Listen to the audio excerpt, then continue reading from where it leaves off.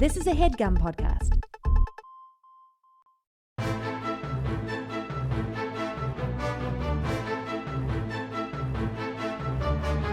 Hello and welcome to the Complete Guide to Everything, a podcast about everything. I am one of your hosts, Tom.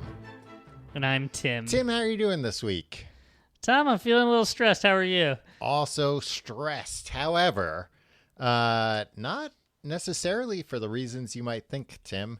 I'm stressed because I got my first parking ticket that I've had in over 2.5 years since I bought the car that I have.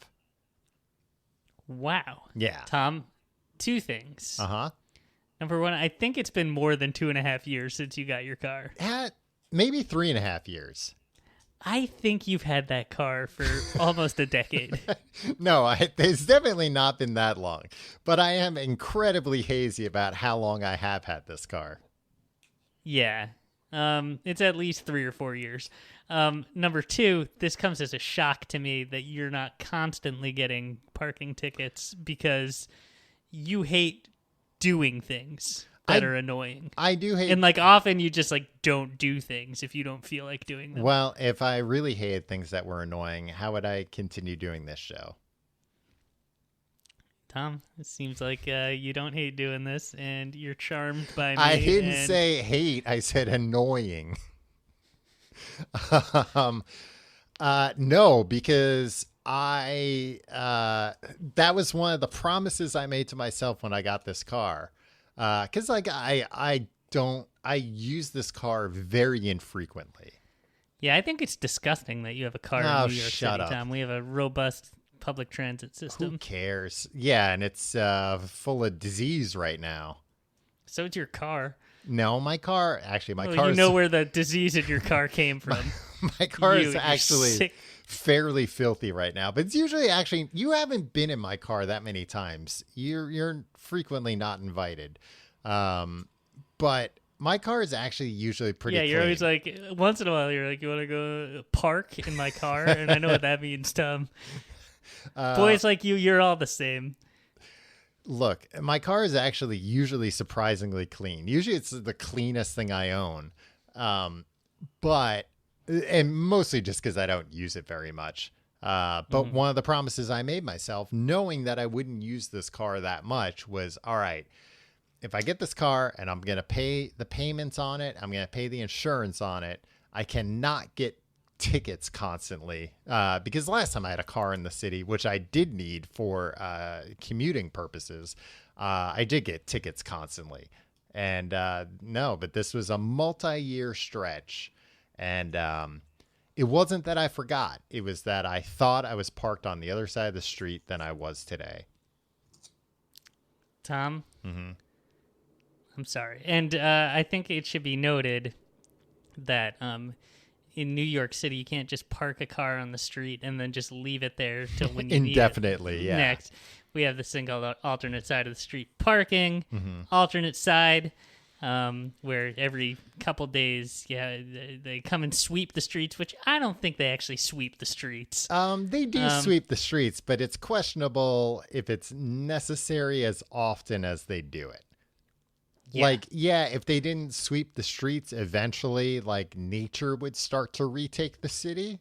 But that happens, if you swept the street on Tuesday, nature's not going to have made much progress by Friday. It would be fine.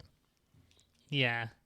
I do think it's ridiculous that there is free parking on the streets of New York City. So I think I have a car too. Uh-huh. Great. You caught me, Tom. Great. You exposed me. Hypocrite. But I think it should suck to have a car in New York. It sucks. It sucks all right now. Yeah. But that's because everybody's home all the time and you can move the car or whatever. Right. But I think it should suck a lot to have a car. It does suck a lot. I think it's fine. I'm fine with... In normal times, I'm talking about. Where... Yeah. When it might be convenient, a little less convenient to take the subway, and you just get in the car. We should be discouraging that. I think a lot of people don't do that. You do. I don't do that. You drive everywhere. I don't drive everywhere. I just told you you don't that go anywhere. Yeah, exactly. I told you that I don't use my car. I use my car to go to Best Buy, and that's about it. Now that I take offense to, Tom. Mm-hmm. Why? You live closer to Best Buy. Right. We have the same Best Buy. That's how close we live to each other. I moved to a new neighborhood. I used to have my own Best Buy that was so close to me, Tom, that like you wouldn't dream of driving there. But I think you live closer to that Best Buy, and I still only walk to that Best Buy when I need to go to that absolute hellhole. Yeah, but here's the problem, Tim. What happens when you buy something that you're very excited about to buy at Best Buy, and then you got to walk all the way home, and it's going to take, 15, 20 minutes. And you're too excited to do that, but it's also too far to run all the way home. You know what sucks about modern life and these times and normal times and everything? This is actually an issue because last time I was at Best Buy, I was buying a speaker for my home. It wasn't like an extravagant. I think this is maybe the fifth time we've talked about this Best Buy trip on the podcast. Okay. but it makes sense because I think this is certainly one of the biggest things I've done in the last 6 months. It's the only place I go because I'll buy something. This will be my plan for a Saturday. My wife will be like, "Hey, what are you gonna do?" I was like, "You know what? I'm gonna order a speaker online for in-store pickup." Yeah. And go pick it up. Best Buy will email me when it's ready, and I'll take a 15-minute walk there, grab the speaker, and walk home. And I'll only have to be in that hellhole of a store for 4 minutes. Yeah. You're setting up that 7.1 surround sound system. So far, this is taking you 2 months to go and pick up each speaker individually. No, I've only bought one speaker this year. Okay. And a big fan of mono recordings, Tim. Yeah, exactly. I don't understand why you need all that fanciness with stereo sound. I think it's a gimmick, Tom, and it's not going to last. Is that why we released this podcast in mono, Tim? Because of your affinity towards mono sound? I thought we were always releasing it with you in one ear and me in the other ear. No, I feel like we did that a long time ago, and it was just 2008, right? Yeah. It was let's that way people will be oriented. Right, and people talking. did not like it. Yeah. So I was walking home with this big bag from an electronics store, and it's it was 2020, and these are dark times. Yeah. And I walked by literally, I think 3 different mugging stations. Food pantry lines. Right. That were this was at the height of the pandemic, and it's hundreds of people just wait, and me. And you were saying, well, look, times are tough for me too. I only have a mono stereo system. Yeah, it's it really made me feel like a real piece of shit, and I don't think I've bought anything since then. Just walk by people can't. It really made me feel bad, it made me feel bad about our country. Capitalism, life in general. Yeah. Why we do this to each other? Why we live like this? You're talking about in-store pickup right now? Yeah. Why do we live like this? Yeah. Why don't they have because of a virus? Why don't they have 1 hour delivery? Why do I have to go to the store and pick it up? Why don't they have drones do it? Because the government won't let them. I recently screwed up, and this is just the other day, paid my rent from the wrong checking account online. Look at Mr. Fancy, multiple checking accounts. Well, and I'm a bad guy for buying a speaker. I see. Well, by paying for my rent with the wrong checking account, I overdrew that account by a lot of money, and then I had to go to the bank. Oh, my rent is a lot of money. Yeah, it is a lot of money. It's more more money than I have in a checking account I don't use. So I had to go to one bank, take out $1,000 in cash, and walk to the other bank. And it was one of those ATMs where I'm like, oh, this is the ATM that can do different denominations. But it didn't. It just spit out $20 bills. It was just like a gigantic wad of $1,000 cash. And then I had to nervously walk down the street to put it in another machine. It's like, well, who's in charge here, me or the machines? Sad state of affairs, Tom. It felt like I was working. We get our money from machines. Yeah, and sometimes give it to I other feel like machines. I'm the machine. Yeah, or we're just a cog. Yeah. Anyway, so that was my troubles for this week, Tim, and also I was thinking about how this ticket, they put it under the windshield wiper. I don't think I told you this, Tim. But I was disloyal. Well, not disloyal. It was before they came around. Our wiper blade sponsor, Trico, who is not a current sponsor. Let me say that for the record. But we remain fans. We remain Trico loyalists. However, before they came along as a sponsor, I had bought 2 new wiper blades.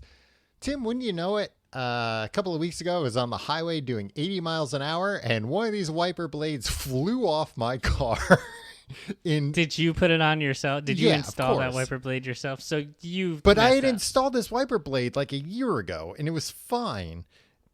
And it came off because I was driving so fast and because it was torrential rain. Damn near killed myself because all of a sudden I didn't have a wiper blade. I'm flying down the highway.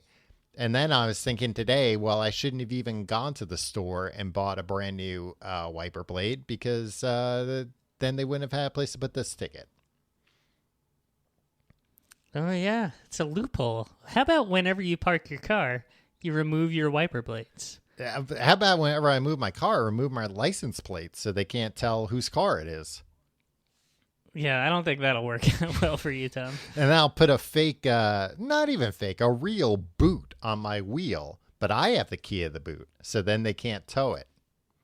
Do you know people that do? Have you ever done that or been with somebody who has taken a ticket off another car and put it on their car? Yeah, but at least in New York City, that shit doesn't work. They look at it to make sure. Yeah, and they have I think they just walk down the street and scan every car because right? What do you mean? Because if they've issued a ticket, are you thinking of RoboCop? There's something on the registry. Yeah, I'm thinking of RoboCop. Sorry.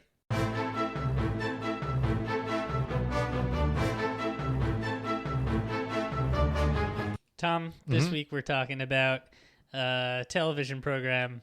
A very popular television program here in the United States called Jeopardy. It's a quiz show, Tom. Get used to it. Well, I am used to it, Tim. It's been around as long as I've been alive. And it exists around the world. But I don't think it's anywhere near as popular anywhere else in the world as it is I mean, maybe it's also very popular in Canada, but nowhere near... the Turkish version of Jeopardy, I don't think is as popular in Turkey as the U.S. version is in the U.S. And why do you think that is? Just because I think it's like it's a cultural phenomenon in the U.S. Like it's not just another quiz show; it is an institution. Same way, like I'm sure the Turkish version of Who Wants to Be a Millionaire is as popular as the U.S. version of Who Wants to Be a Millionaire, maybe even more popular. But I can't imagine an exported show being as popular as Jeopardy is in the U.S. Yeah. I also, I think it really hits that sweet spot. Like, it's never been a cool show here. Right. And we're talking about the version that launched in 1984. Not the Art Linklater version or whatever? Art Linklater can go suck an egg. Wow. Well, he's long dead, I'm pretty sure. Yeah, he's sucking eggs in heaven now. Well, that's sweet of you to say. He's looking down at us from its cloud while sucking on an egg. Yeah. And Sucking guess the what? yolk right out of that thing. It's a Cadbury egg. He's very happy. Oh, man. He is in hog heaven, which is not as good as person heaven, but but still not bad. pretty good. Man, if I should start carrying around Cadbury eggs with me all the time so that if somebody ever tells me to go suck an egg, I could say, yeah, gladly, and then whip that out. And then That'll everybody show else will them. go, oh. And you'd be like, and that, my friends, is called an epic clapback. Yeah. But I'll As you're sucking on the egg. I'll have a mouthful of fondant in my mouth. That's what you call it. Oh, and they'll dribble on my shirt. Yeah. Yeah. It was never cool, right? Yeah. It was never like, in as much as a game show could be cool. It wasn't like a phenomenon like Yeah, I don't the think late 90s Who Wants to Be a Millionaire or like, right, where it got like tremendous ratings or Survivor or something like that. yeah, or Deal or No Deal.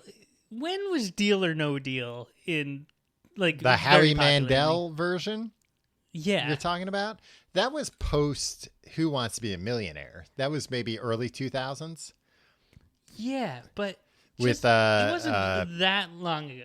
With Meghan Markle, the princess or whatever, not a princess, something. Dame? Lady? Huh? What is her title? Meghan Markle? Yeah. Didn't she renounce her title? Yeah, well, I don't know.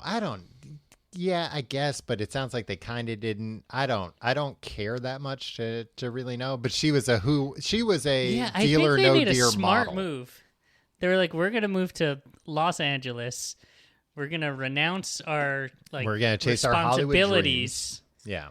Yeah, we won't have any responsibilities, but we're gonna keep like most of that money. Right. And also, like, when we do go back to England, everybody's still got to bow and curtsy to us. Yeah, And we It can was still weird that- wear silly clothes if we want. And everybody has to not make fun of us. Deal or No Deal Mm-hmm. was like not that long ago that it was like a popular show, right? I feel like it was a decent amount of time ago. I think anything post 9/11 is just like, like recent, Right.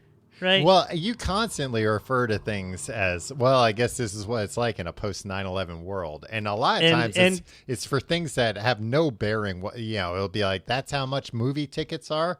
Well, I guess that's what life is like in a post 9/11 world. Where's the lie, Tom? 2000. It was on NBC from 2005 to 2009. Okay. It's just wild to me. Have you ever seen an episode of that? Like, Yeah, it's yeah. just like the whole thing. They have these ladies holding all these briefcases, Beautiful. and they're always ladies, just too. like, yeah, and they're just like catcalling the ladies the whole time. They're like, briefcase number 19. Ooh, va va va voom. Look at this babe. Hey, open up that briefcase, toots. Yeah. And go and pinches her butt. They don't go and pinch their butt, Tim. They just pay them They did one they time, pay but them they had to edit it out. compliments. They pay them nice compliments. I just think it's that seems like that I could see what's his face Family Feud from the 70s. Yeah. Richard Dawson pulling that crap. Right. But Howie Mandel, come on, have some class. Well, Richard Dawson, he would just go up and kiss the ladies. Howie Mandel Yeah. is a germaphobe, so he couldn't kiss the ladies, so he just had to resort to catcalling. But I feel like that And everybody that expects show, that of Howie Mandel. He's a man's man. Yeah. The creator of Bobby's World himself. And also the creator of putting a latex glove over your head and blowing it up. That's the only thing people our age know about Howie Mandel. Yeah, I think he's like one of those like judges on something, The Voice or America's Got Talent or Yeah, I think so. The X Factor. Yeah, I like just watch how bizarre. I'll lend you my Deal or No Deal DVDs. Okay. And just Do they watch come how- in a Deal or No Deal replica suitcase? Because that'd be pretty neat. Yeah, no, they don't. Why would they do that? That'd be Well, so expensive. I don't look, Tim, money's no object when it comes to Deal or No Deal. Think about how much they could cater. Tell that to the banker. Think about how much they could cater to the winners of Deal or No Deal by putting out an extremely lavish, expensive box set that, of course, they're going to buy because there are episodes in there. Yeah, but what if somebody only left with $1?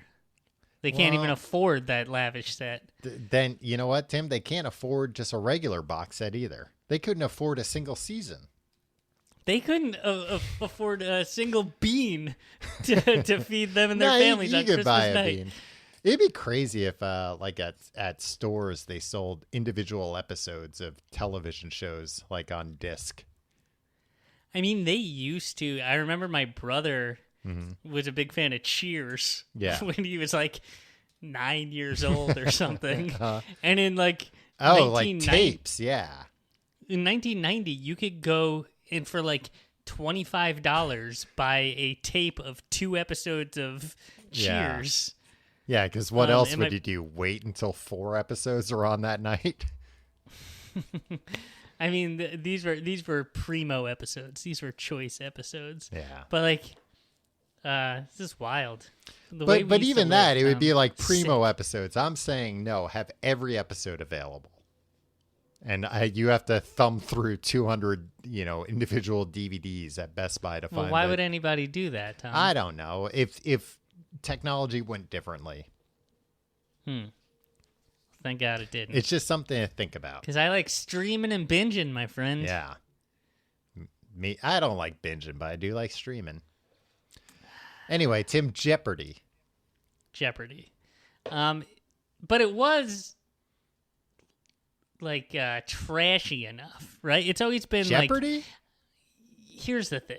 It's highbrow in as much as a syndicated game show paired with Wheel of Fortune can be highbrow, right? Yeah, because it's there's a ceiling and it hits that ceiling. Yeah, it's There's no highbrow, further. but it's still trivia. Yeah. And I would like it a lot better if they got rid of all the categories about, classic literature, Right. Geography, like bodies of water that I'm never going to learn. What about before and after? Before and after, I love. Yeah, well, Before and that's after, one of the most popular categories. Anyway, Jeopardy, I think, is maybe my favorite TV show. It's certainly one of the most consistent TV shows out there. Have you ever watched an episode of Jeopardy and when it was over, go, ooh, that was a real clunker of an episode? No. Yeah. And even Alex Trebek, God rest his soul, I feel like he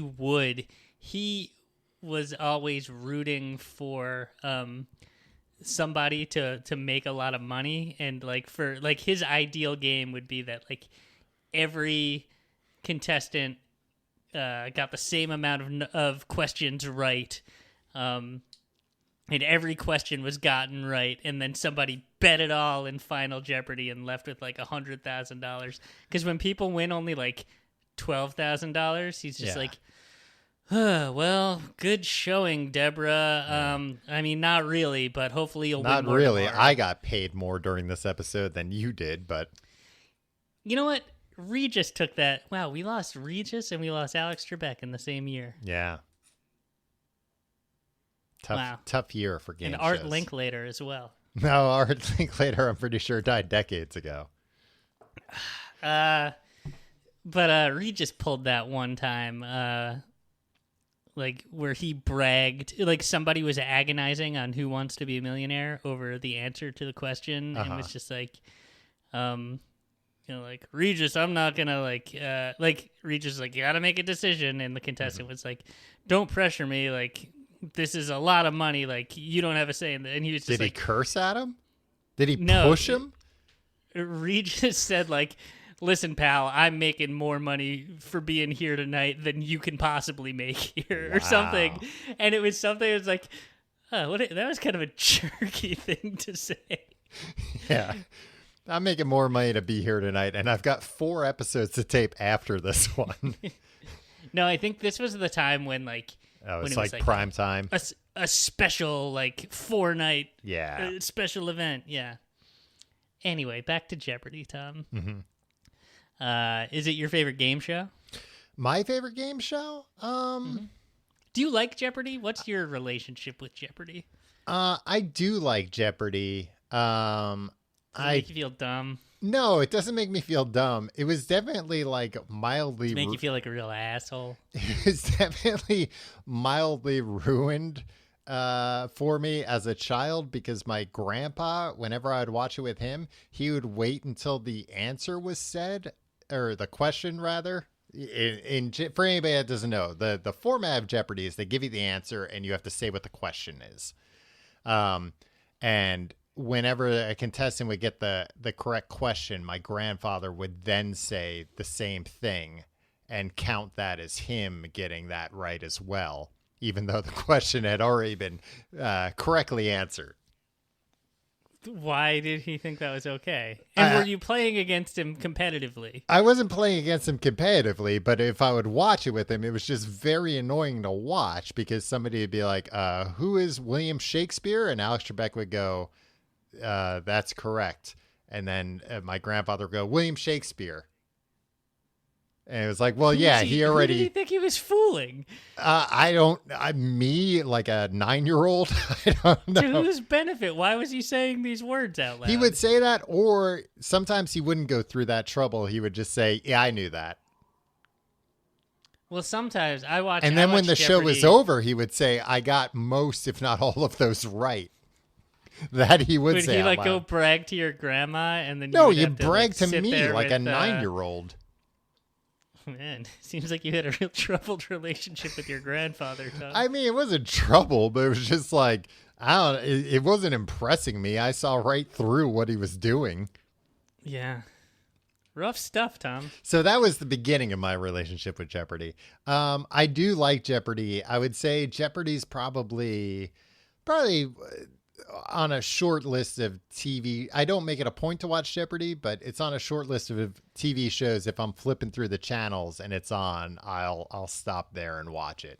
It's a very watchable show. And it's also, you can tune in at any time. Like you don't need to know, you can catch up on the game very quickly.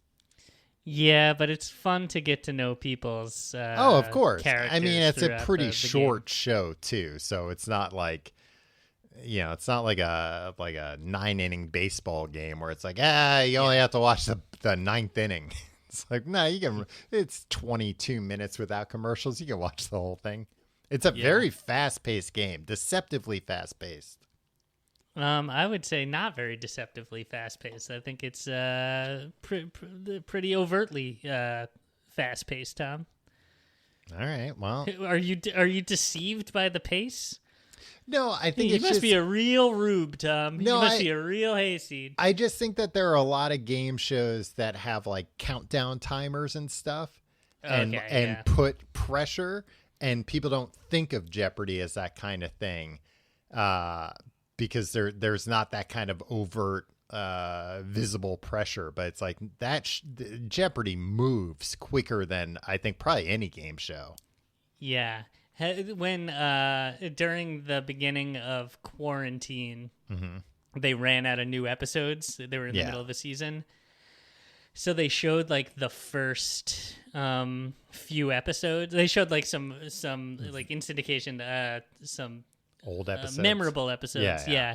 And I think they showed the whole first week, and they did not play down the pacing of it at that time. Oh, really?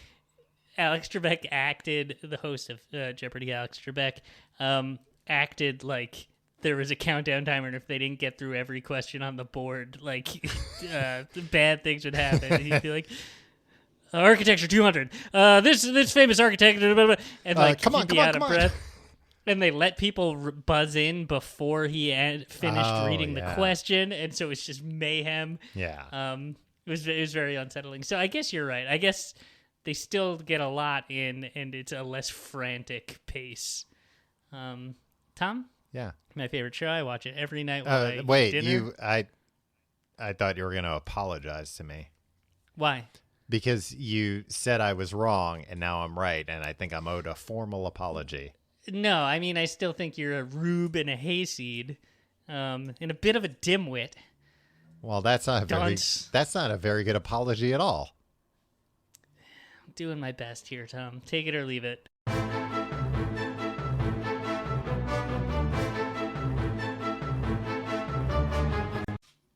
Tom, it's my favorite show. Jeopardy is. Mm-hmm. I watch it every night while I eat dinner like a geriatric. Your favorite show, even beyond this show? This podcast that we're doing? Yes, this show. Tom, I've never even listened to an episode of this show. Even more than a Broadway show? Even more than Chicago on Broadway? I've never seen Chicago on Broadway. Well, that's why you're saying Jeopardy's your favorite show, because you haven't seen Chicago on Broadway. Have you ever seen Chicago on Broadway? No, I haven't. I aspire to one day. I don't think they've mounted a production of Chicago in some time. Oh, they'll be back. They probably will. Yeah. You watch it during what time? It airs at 6:30, 6, 7? Jeez, Tom. I don't watch it. I think it's at 7, right? It's at 7 p.m. Yeah, 7:30 is Wheel of Fortune, and then prime time. Yeah.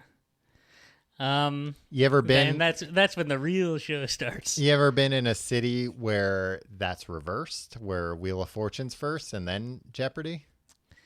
Probably. I have. It's always fucked me up. Yeah. Well, Jeopardy. Well, I will say this, Tom. Uh-huh. I DVR Jeopardy. Yes.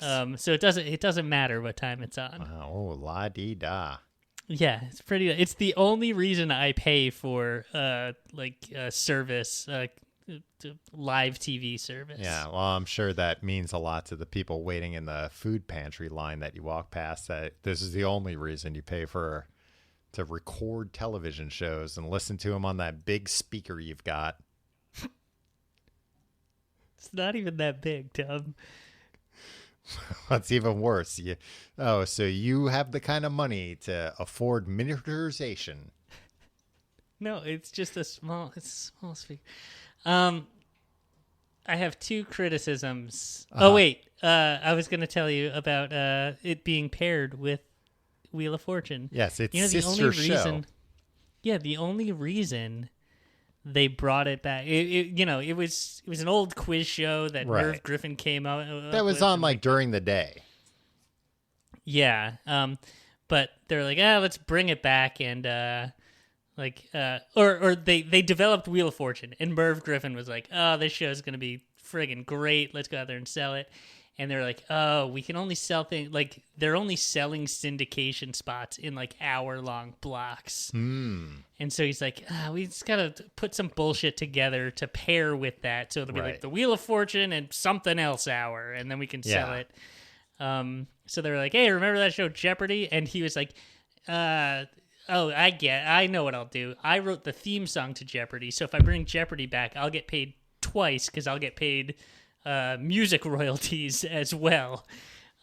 So that's essentially why he brought it back, just to pair with the show that he wanted to bring back and to be able to milk the song. I didn't know that particular thing, but I did read that when he sold Merv Griffin Enterprises to Coca-Cola, of all people, by the way, that shouldn't be allowed. That he soda can own freaking Jeopardy. Well, I found this this is not interesting, but I found this interesting that at the time Coca-Cola also owned Columbia Pictures, and that's how Jeopardy became a part of Columbia Television, which was then bought by Sony and is now Sony TV. Or Sony Television with all these companies. I had no idea that at one time Coca-Cola owned a television and movie studios separate. Don't we have antitrust laws so a soda company can't? I mean, that's not antitrust. I think if a soda company wants to buy an entertainment company, that's fine.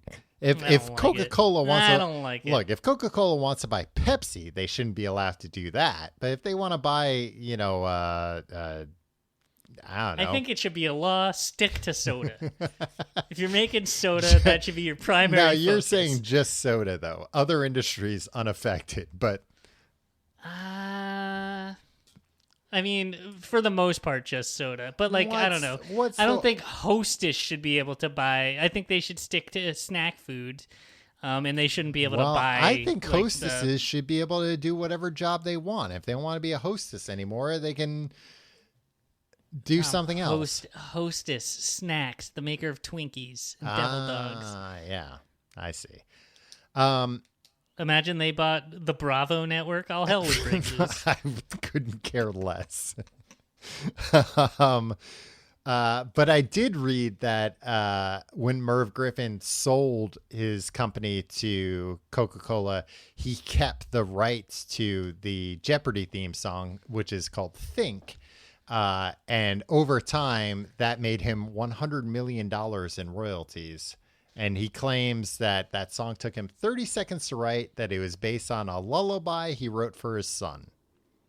Tom, remember when, who was it, Men at Work? Who did Come From a Land Down Under? Yeah, it's Men at Work. Had to pay all the money to the Kookaburra song people? No, I don't remember that. It's like a few years ago. I don't follow Australian law. Anyway, I think Merv Griffin should have to pay at least $75 million of that $100 million to the little teapot from I'm a Little Teapot. Because a little teapot, pour. This is my...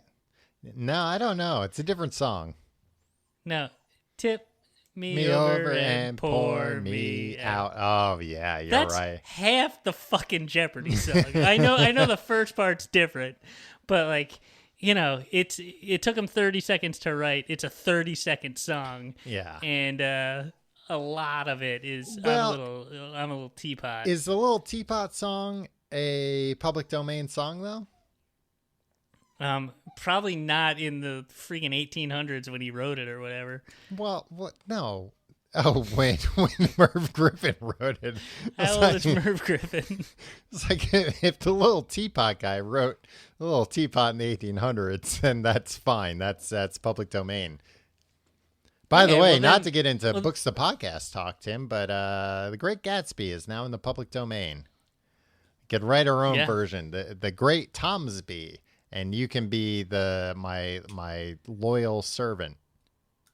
Tom, do you not remember that you made that same joke on Books the Podcast last week?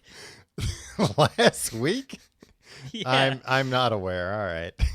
The Great Tomsby. You said that exact same thing. Well, look, Tim, I don't think just because people don't pay for our Patreon that they should be excluded from certain very good jokes. Jeez, and you're going off on your grandpa for saying the answers after Alex Trebek said it. Look, he didn't come up with the answers, so I came up with the jokes. I'm allowed to repeat them.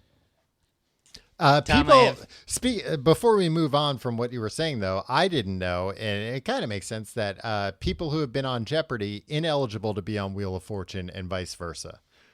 Really? Forever? Yeah, forever. One or the other, Why baby. is that? Because they're sister productions. I don't think that's like a quiz show law, but it's a Merv Griffin law, I guess. Just like, nah. Merv's law. Because it doesn't really make sense, because if you're on one of those shows, you're allowed to be on it again. No, you're not. Wheel of Fortune? for tournaments and stuff, you can come back on Jeopardy. But or if you win, you get to come back on. Imagine if you won on Jeopardy and they gave you the choice, like, okay, so tomorrow you could either come back to Jeopardy or try your luck at the Wheel of Fortune. Oh, go for Wheel of Fortune. They give away so much more money on Wheel of Fortune. Yeah. But and it's so much easier. Do Do you think you would do well on Jeopardy? No, I think I would absolutely, like, it would take just like a very good mix of categories that I knew front to back for me to do well on there. I'm very bad at recalling information quickly. That's my thing, especially under any kind of pressure. Oh, absolutely. Like all the categories could be right in my wheelhouse, and I still think I would have a piss poor, embarrassing showing on Jeopardy, just because like I cannot recall things if I need to recall them. Yeah, especially if you're next to, another contestant that is doing well and just doing the like some grown up who knows things. But who's just doing the like, who is William Shakespeare? I'll take potent potables for 200. Like, just is like a robot that would psych me the hell out. I would get psyched out so quickly. Yeah. That, and I'm also like, I'm pretty good when I'm sitting eating my freaking spaghetti on the couch next to my wife, like making educated guesses and being like, but I'm if probably you like had to 60% sure of this, and like the ones that like maybe like halfway sure of, like most of those I get right because there's only so many like types of questions they ask, and I would be so afraid to make those educated guess type of responses because I would be afraid of looking like an idiot. And like they'd be like, this South American capital, and I'd be like, what is London? And then everyone in America, it's like, what an asshole. Well, London would be, I guess that would be. I was thinking if you were, if they asked you like South America and you were like, what is Madrid? Oh yeah, that would and be like, oh, this guy thinks just because they speak the same language. But I guess London would probably go more viral just because of pure stupidity. Yeah. Oh, I didn't even think of going viral. Yeah. I don't really have a desire to be on Jeopardy. I really did. But now that Alex Trebek has passed away, it's fine. Now it's just a game show. It's not like, it's like less of an institution in my mind. Yeah. Yeah, it would just feel different, I would think. It would feel like, oh, this is like pretend Jeopardy. And I think that's probably the case for most game shows when you actually get there and you see how small the set is and everything. Yeah, you're like, ooh, is this Dollhouse Jeopardy? I thought I was coming on real Jeopardy. Yeah, Where's but the then one for grown-ups? Once Alex Trebek walked out, you'd be like, oh, it's real Jeopardy. Oh no! And then you throw up behind the podium. I don't think I'd be able to grip the buzzer. I think I'd be like shaking too much, and like the buzzer would fall out of my hand, and my hand would be all sweaty. Well, that's normally the case with the podcast, Sam. Every week we have to edit out multiple times you drop the microphone due to how sweaty your hands are. I'm starstruck when I see you, Tom. The average age of the Jeopardy viewer is 65, Tim. You're bringing that number doing down. A lot of work. I mean, not by a lot anymore. In 2000, though, it was 70. So Jeopardy Jeopardy stands dying off left and right. No, maybe a new generation is flooding the... I mean, Jeopardy is still on every day at every nursing home in America. Like, right. There's still new old people all the time, Tom. Yeah, but there are more old people now than ever, and the average age of the Jeopardy viewer is still going down. I do think it's probably I think old people are getting dumber, and B. Oh yeah, I mean they're like watching QAnon videos instead of Jeopardy. They're like, I'm watching Facebook tonight. Like, right. Yeah. And I do think probably some younger people are tuning into Jeopardy. I mean, I know at least like you don't have cable, right? Or do you? Did I just tell you I pay for you told me you live pay TV for recording things? I don't know. Maybe you got a guy next door who tapes the shows for you. Tom, I have YouTube TV, which is a bad service that I don't recommend, but it has unlimited DVR, so you can keep all the Jeopardies on there as long as you want. I was gonna say, like, I've in my adult life only had cable like twice for a year each time. But I'm way more likely to watch broadcast TV because I have an antenna, and if I'm rarely in the mood to just like turn on TV and like see what's out there. But if I am, I'll look at broadcast stuff. So maybe that's the case for other young people like myself. Tom, you're not young, though. I'm very young compared to the average Jeopardy audience member. That's true. That's a feather. That's a feather in your cap. Yeah. Think about this, Tim. If you went on Jeopardy, most people watching would say, look at that young whippersnapper. Yeah. Oh, I wonder if he'd be interested in dating my granddaughter. Right. But then they'd see my wedding ring. Right. And they'd say, oh, well. But I completely forgot what I was going to say. It was something awful. You're on a roll tonight,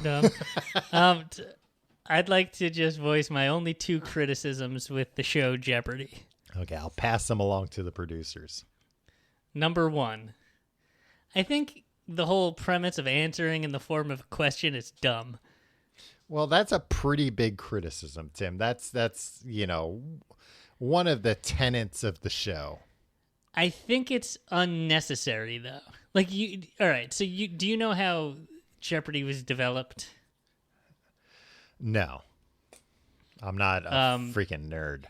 It was after we're doing a show about Jeopardy. I thought maybe you might have, like, read this. I read some other stuff. Okay. Well, I got more facts to throw at you. I'm not saying that you need to throw more facts, but you don't need to call me a nerd when I cite one. So Merv Griffin's wife was like, Merv Griffin was like, I need a game show idea, but like the question and answer kind of thing is kind of played out. It's done. And his wife was like, why don't you do a switch? Julan is her name. Julann. That's a weird. It's not Julianne. It's Julan. Yeah. Why not do a switch and give the answers to the contestant and let them come up with the question? This lady sounds like she's more twisted than the Joker. Yeah. All right. Here are the two examples that she gave, and I'm going to see if you. Okay. Now this is why I think, answering in the form of a question is stupid, because like the way that Jeopardy developed is not this way. All right. So here's the first answer, and you have to give the question. Okay. 5,280. What is 6,000 minus 800 and something? Is it 720? No, I don't think so. But also, oh yeah, you did that actually right. How much the do I question, win? Of course, was how many feet in a mile? Oh. And then the other question, the other answer, see if you can get the question here. Mm-hmm. 79 Wistful Vista. What is the address of Frank Sinatra? Close. What is the address of Fibber and Molly McGee? Are those made up characters? Yeah, I think it was from like the 40s or 50s. But like the thing with the 5,280, like there could be, it's the Cliff Clavin thing. There could be a million answers to that. So like they do have to make all of the answers that there's only one correct question for them, in which case like the whole premise, like then why are we keeping up this charade of we're giving you the answer? Like they're just asking a question and you're phrasing an awkward answer. For people that aren't familiar with Jeopardy and the television show Cheers, do you want to explain, and the character Cliff Clavin, what the Cliff Clavin thing is? I of course know what that means, because that's what I always think about whenever I'm watching Jeopardy. Jeopardy is so ingrained in popular culture that it appears in so many movies and TV shows. Yes. one of the most famous, aside from White Men Can't Jump. Do you remember that? Oh yeah, Rosie Perez was on there. Yeah. The TV show Cheers, the character Cliff Clavin goes, and he's kind of a bar know-it-all, and he's always spouting out trivia. Like which is he's never right about it. And he went and in Final Jeopardy, the Final Jeopardy clue was Archibald Leach, Bernard Schwartz, and Lucille Lesueur. Mm-hmm.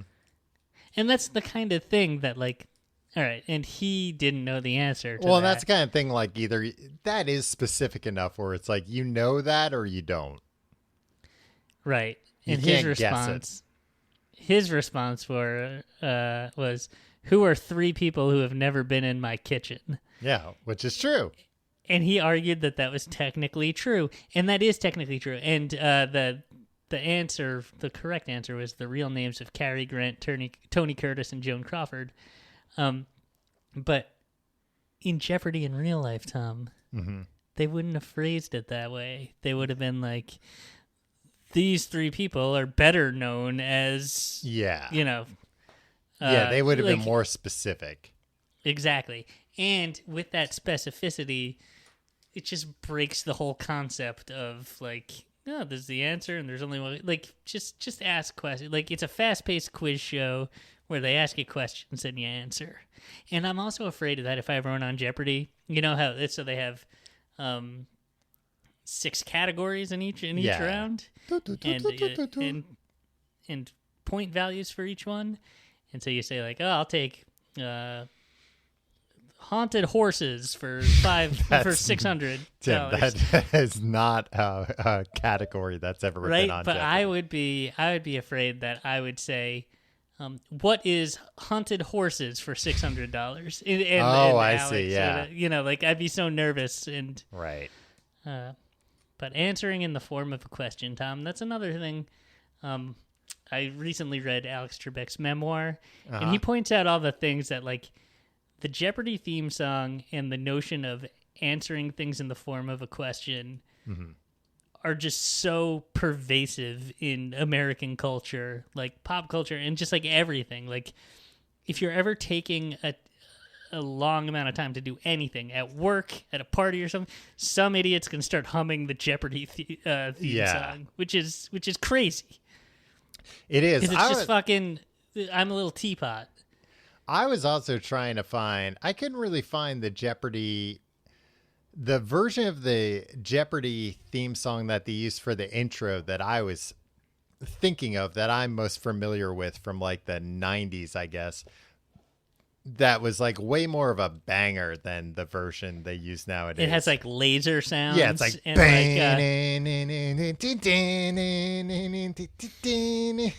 yeah, it's got synth in it. It's got a build up. It's yeah.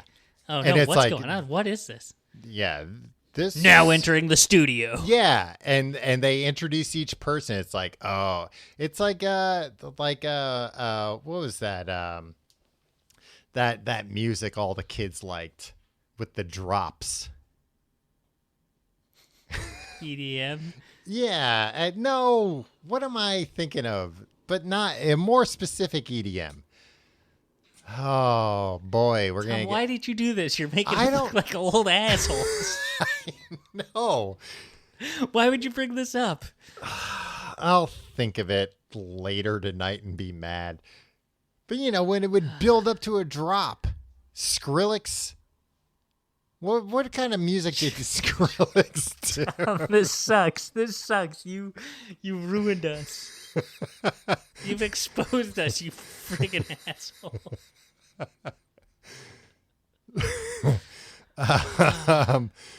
Dubstep. Jesus Christ, that's what I'm thinking of. There was like dubstep waiting for the drop. Oh boy, they're gonna put us in an old person home after this show. I mean, you deserve it. I just looked it up. Skrillex died of old age 10 years ago. Jesus Christ. Tim, I looked up. We're probably almost out of time, right? Yeah, we are. Tom, you were bragging about not knowing, of always having an internal clock and knowing exactly how much time you have Well, left. I didn't want to. I know we're almost out of time, but I didn't want to make you feel bad again. But I did want to bring up a couple of more things. I'll bring up one, then we'll do the plugs. I read this Good Housekeeping dumb thing where it said that getting on Jeopardy was more exclusive than having a New York Times best-selling book. Because they said 1 in 220 people will write a New York Times best-selling book in their lifetime. No, they won't. That's not true. What is that? That comes out to 1.5 million people in your lifetime will write a New York Times best-selling book. No. Maybe 100,000 people. How many books are on the bestseller list? The New York Times bestseller list. Mm-hmm. I mean, even if it's 100 books, what if it's like 1,000 books? it's not 1,000 books. 100 books is. I mean, there are multiple categories, but you know the actual like all bestseller fiction, bestseller nonfiction. You know, it overlaps with those other categories. But there's no way 1 in 220 people is not a New York Times best-selling author. Tom, let me ask you this. Uh-huh. You're getting mad at Good Housekeeping for printing a poorly researched fact? Yeah. A 23-year-old intern probably wrote that. Well, I blame the editors at Good Housekeeping, and they compare that to 0.4% acceptance rate for Jeopardy. I don't know. Okay. On Jeopardy, even if somebody keeps winning, what is that? 11 people a week are on Jeopardy.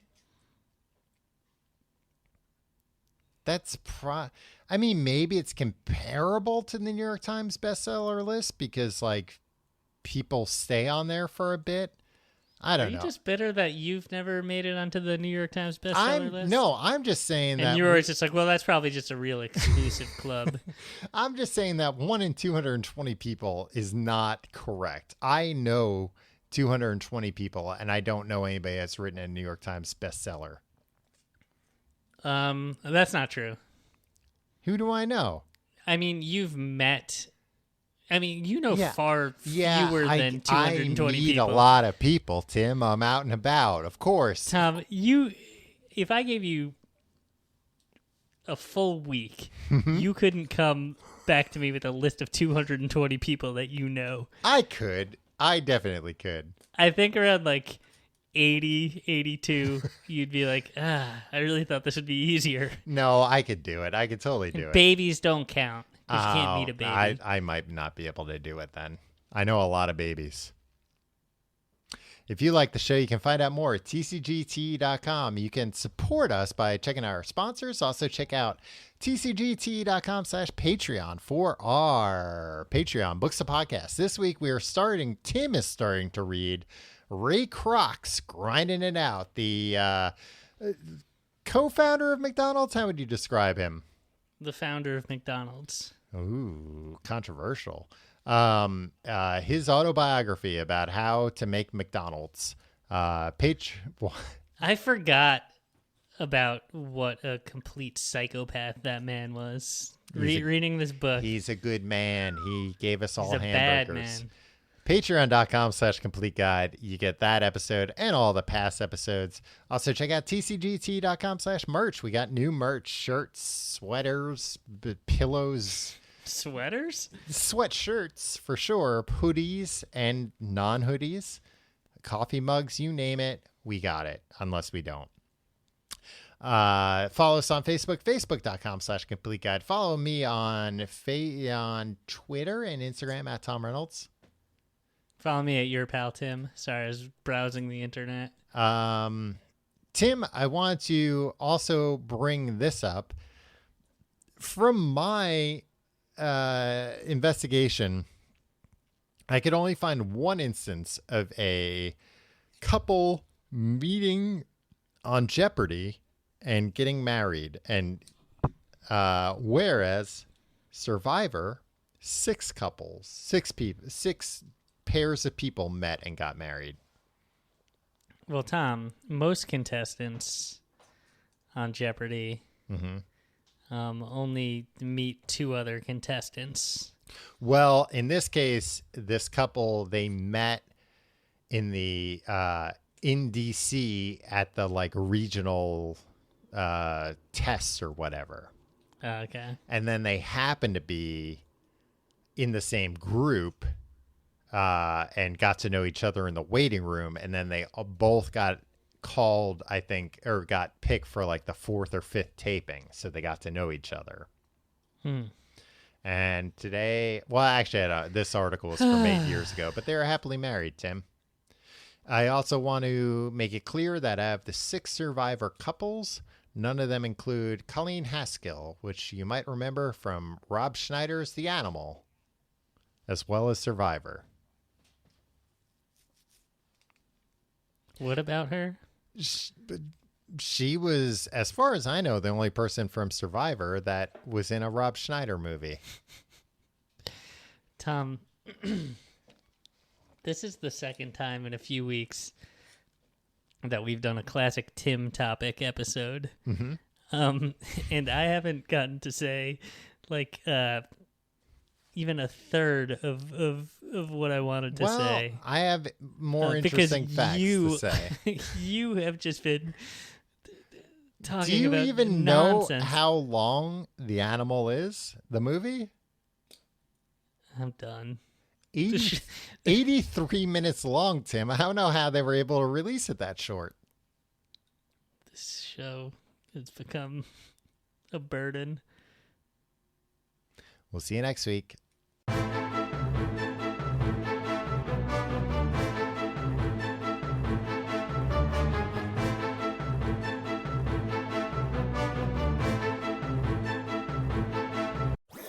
That was a HeadGum podcast.